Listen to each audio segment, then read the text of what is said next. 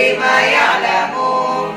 Bab yang keempat sulasi mujarrad, fa'ula yaf'ulu, hasuna yahsunu. Bab yang kelima sulasi mujarrad, fa'ila yaf'ilu, hasiba yahsibu. Bab yang keenam sulasi mujarrad, af'ala yuf'ilu if'alan, akrama yukrimu ikraman. Itu bab yang pertama.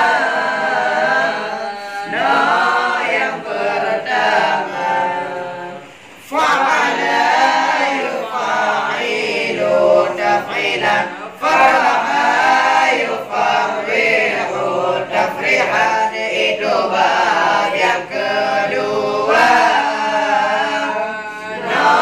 Yang pertama, fa'ala yufa'ilu fa'alatan wa fi'alan wa fi'alan, qatala yuqatilu qatalan wa qitalan wa qitalan.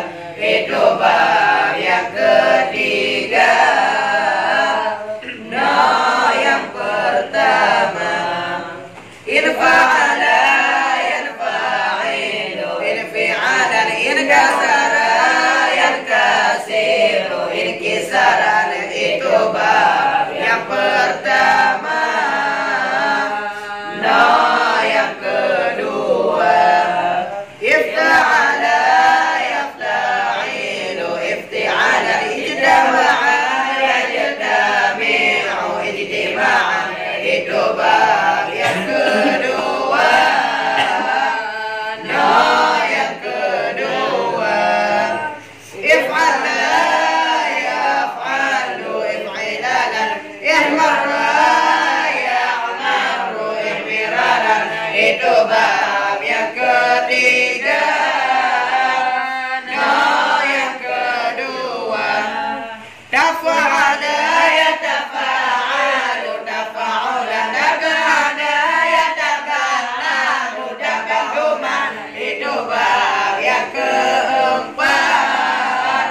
Yang kedua, tafa'ala yatafa'alu tafa'ulan, taba'ana yataba'alu taba'udan. Itu bab yang kelima.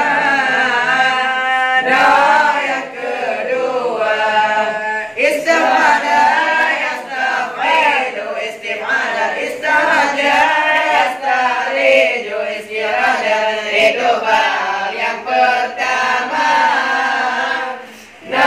Yang ketiga, if'ala yaf'a'ilu if'ilan, isyawshaba yashawshibu isyijaban. Itu bab yang kedua. Yang ketiga, if'ala yaf'a'ilu if'ilan, ijlawada yajlawidu ijliwadan. Itu bab yang ketiga.